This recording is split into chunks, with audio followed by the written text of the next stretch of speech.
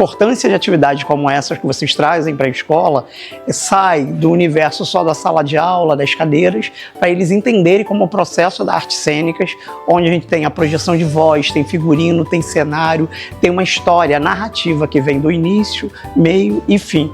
Inclusive foi muito interessante vocês terem vindo para cá hoje em função que nós estamos trabalhando com a ideia de esquetes teatrais, até para eles perceberem a necessidade do corpo, da voz, da projeção de voz. Inclusive daqui um pouco eu pego eles e vou falar exatamente sobre isso. Peguei esse gancho, então a gente leva uma atividade que vem de fora da escola, né, para ser inserida também dentro do nosso conteúdo programático. Para nós e para eles é uma experiência única.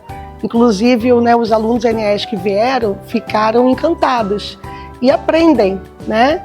Além da sala de aula, eles vivenciam outras realidades, outras experiências que contribuem para a aprendizagem. Hoje a gente recebeu, né, a Escola Almerinda, recebeu os alunos da Funchal e juntamente com os alunos da própria escola, a gente assistiu a apresentação As Margens, que é um projeto super bacana, que trouxe várias informações de forma dinâmica, com muito entretenimento, muitas histórias legais, que são muito importantes para o aprendizado dos nossos alunos. Foi um prazer tê-los aqui. Havia uma mulher indígena que nasceu no Brasil antes mesmo de existir Brasil e que lutou. Ela era boa no arco e flecha. Eu não. Mas ela era muito boa. Do nome dela, não se tem registro. Quer dizer, tem sim. Pra falar a verdade, tem mais ou menos. A gente sabe um nome. Clara. Nome de batismo dado por aqueles que a batizaram. Clara Camarão. Mulher, indígena e potiguar. Nascida bem no Nordeste do que hoje a gente conhece como Brasil, onde hoje em dia fica o Rio Grande do Norte.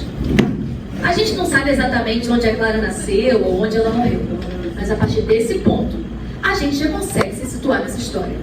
Acontece que os potiguar, que viviam lá na mesma região que a Clara, teriam um papel importantíssimo para o rumo da história do Brasil mais tarde. Eu vou explicar. Naquela época, o Brasil era colônia de Portugal. E Portugal vivia um momento complicado. Era governado por um rei espanhol. Mas, sinceramente, nem vou entrar nessa do rei espanhol não, porque essa história aqui já é complicada por si só. Eu vou continuar. Então, o Brasil, essa colônia portuguesa na América, é então invadido pelos holandeses. Os interesses da burguesia holandesa tinham tudo a ver com o Nordeste brasileiro. Eles plantavam cana-de-açúcar e levavam esse produto para ser vendido lá na Europa. Mas, vamos além dessa parte de quem invadiu e quem não invadiu para o que realmente importa. Depois de tentar por anos e não conseguir, e tentar novamente, os holandeses dominaram por um bom tempo uma boa parte do Nordeste brasileiro. E isso talvez você já tenha escutado na escola como Brasil holandês. Alguém? Beleza, galera, essa é a parte que vocês têm que fazer assim. Aprendi. O professor de história vai ficar feliz com vocês, dá uma moral, né? Então vamos continuar. Acontece que depois desse trâmite todo, uma parte dos nativos, por algum motivo que fez sentido para eles, decidiu se aliar aos invasores, aos holandeses. E outra parte decidiu se aliar a Portugal. E é aí que entra o que eu falei. Uma boa parte dos potiguar teria um papel decisivo para o rumo da história do Brasil. Nessa luta de expulsão contra os holandeses, um indígena ficou bastante conhecido. Felipe Camarão. Estão lembrando de alguma coisa? Camarão frito, gosto também. Mais alguma coisa? Camarão. Camarão. Camarão é o mesmo sobrenome da Clara. O Felipe era marido dela. E os dois foram batizados já adultos com o mesmo sobrenome.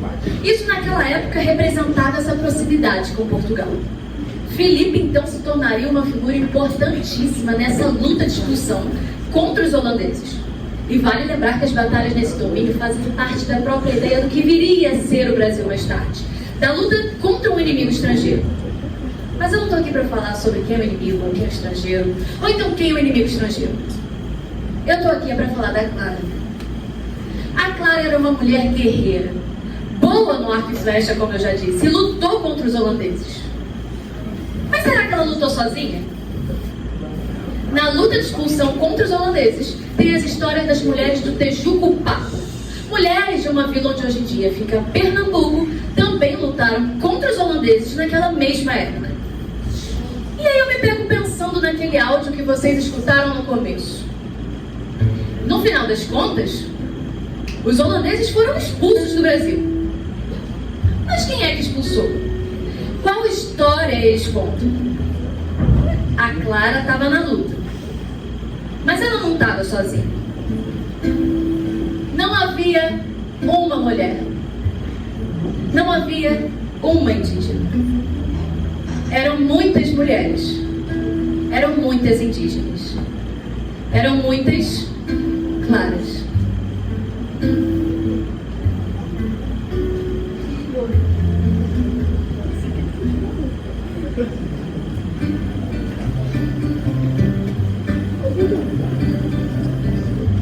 Ela era mesmo Bárbara. Bárbara de Alencar. Nasceu em Exu, sertão de Pernambuco. Viveu no Crato, interior do Ceará. Morreu no Piauí. Mulher, mãe e revolucionária. Mas apesar de tudo isso, uma ilustre desconhecida do Brasil. Nasceu em 1760. 1760 é longe pra caramba, né, galera? Eu vou me adiantar, vou pular essa parte. Nasceu no século XVIII, mas a história começa mesmo a esquentar no início do XIX. Em 1808, chega ao Rio de Janeiro a corte portuguesa, com Dom João, Carlota Joaquina e mais um monte de gente vinda de Portugal. E a partir desse ponto, as coisas começam a acelerar por aqui.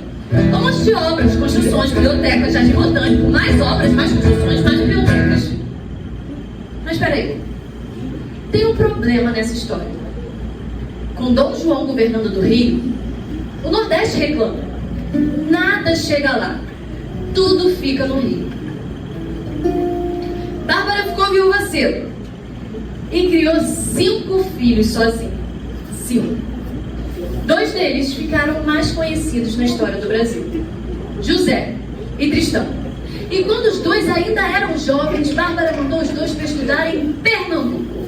E Pernambuco era um fervo. As ideias revolucionárias que tomavam conta da Europa também estavam circulando por aqui. Liberdade, igualdade e fraternidade. E não, gente, peraí, nada a ver. Esse é da França. Não. Mas aqui também tinha liberdade, igualdade, revolução, república. As ideias de luta vindas da Europa estavam se espalhando por aqui. Então, explode a Revolução de 1817. Tropas se levantaram contra o governo português estabelecido lá no Rio de Janeiro. E o filho de Bárbara, José Martiniano, chega ao Crato para espalhar a revolução. Eles tomaram a rua, o poder, estavam fazendo história. Viva a Revolução! Mas a Revolução fracassou. E Bárbara acabou sendo capturada. Foi humilhada, torturada. Tomaram tudo dela, gente. Presa, foi enviada a Recife e depois a Salvador. Nesse momento, Bárbara era uma presa política da Revolução de 1817. Há quem diga que Bárbara tenha sido a primeira presa política da história do país. Mas a história dela não acaba aqui. Em 1820, Bárbara é anistiada.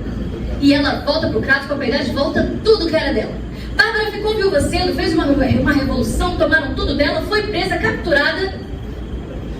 Peraí. Não tomaram tudo. Tomaram quase tudo. Porque dessa vez aconteceria um novo levante. Em 1824, logo após essa história de independência, Bárbara, Frei Caneca e outros rebeldes organizaram um novo levante. Dessa vez ficaria conhecido como Confederação do Equador. Aliás, ninguém estava satisfeito. Que independência era aquela? A centralização política, a Constituição imposta e mais, quem estava governando o Brasil era o herdeiro do trono português. Dessa vez, a luta ia ser contra o governo imperial. Mas o Império reagiu violentamente. E dessa vez, o preço que eles pagaram foi muito, muito mais alto. Mataram parentes, torturaram, foram punições severas. E mesmo assim, depois de tudo isso, Bárbara sobreviveu a mais um. Mas não viveu por muito mais tempo. Morreu poucos anos depois. Bárbara de Alencar, mulher, mãe e revolucionária.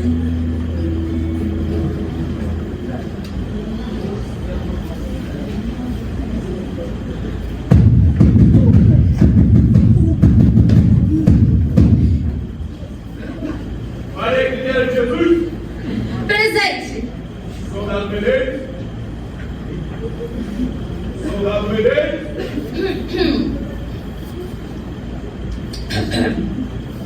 Presente. O nome era Maria Quitéria, mas dependendo da situação, atendia por Soldado Medeiros. Porque o Soldado Medeiros era a Maria Quitéria, ou a Maria Quitéria era o Soldado Medeiros. Alguém já ouviu falar disso? Acho que já, né? Mas quem não ouviu, deveria. Maria Quitéria era importantíssima. Bancaram uma estátua dela, foi citada em livro de viajante estrangeiro e ainda era patronesse complementar do quadro de oficiais do Exército. Patronesse. Coisa de gente chique, né? Tem comenda e tudo no nome dela? Comenda, galera. Não é encomenda tipo da Shopee. Comenda é tipo uma homenagem, uma medalha que ela ganhou. E agora? Quem não sabia agora sabe quem é Maria Quitéria? Atenção, atenção! É guerra! O ano era 1822 e o Brasil estava no processo da independência. Mas não era assim mandar um beijo e abraço para Portugal e falar: ei galera, vamos ser independentes, hein? Não, Portugal ia lutar e mandou tropas para isso. E lá estava Maria Quitéria, vivendo sua vida linda e bela no interior da Bahia, até que ela ouviu falar que precisavam de voluntários. Atenção, atenção! É guerra! Voluntários para lutar contra Portugal. E naquele momento, gente, todos os esforços seriam válidos. Exceto um. Mulheres não podiam lutar. Mas Maria Quitéria não queria nem saber. Mesmo a contragosto do pai, ela pegou as roupas do cunhado dela e foi à luta. E foi aí que ela se tornou o Soldado Medeiros. Atenção, atenção! Soldado Medeiros. Presente. A verdade, gente, é que a farsa da Maria Quitéria nem durou tanto tempo assim. As habilidades dela eram muito úteis para um momento como aquele. E mesmo depois de ter sido descoberta, ela continuou nas forças e ainda foi sendo promovida de tão boa que ela era. E ela participou ativamente dos conflitos na Bahia. Atenção, atenção! Viva a independência da Bahia! Em 2 de julho de 1823, os baianos derrotaram os portugueses na Bahia. E depois disso, Dom Pedro fez uma homenagem para Maria Quitéria. Atenção, atenção! Ela é importante, hein?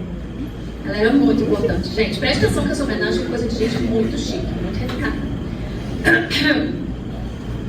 Querendo conceder a Dona Maria Quitéria de Jesus Medeiros um distintivo que assinale os serviços militares que condenudo, raro entre as mais do seu sexo, prestar a causa da independência deste império na porfiosa restauração da capital da Bahia, informei permitir-lhe o uso da insígnia de cavaleiro da Ordem Imperial do Cruzeiro.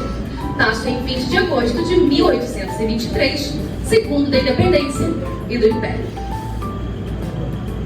Chique, gente, mas eu tô vendo que a galera não entendeu nada. Eu também não tinha entendido. Eu vou explicar pra vocês.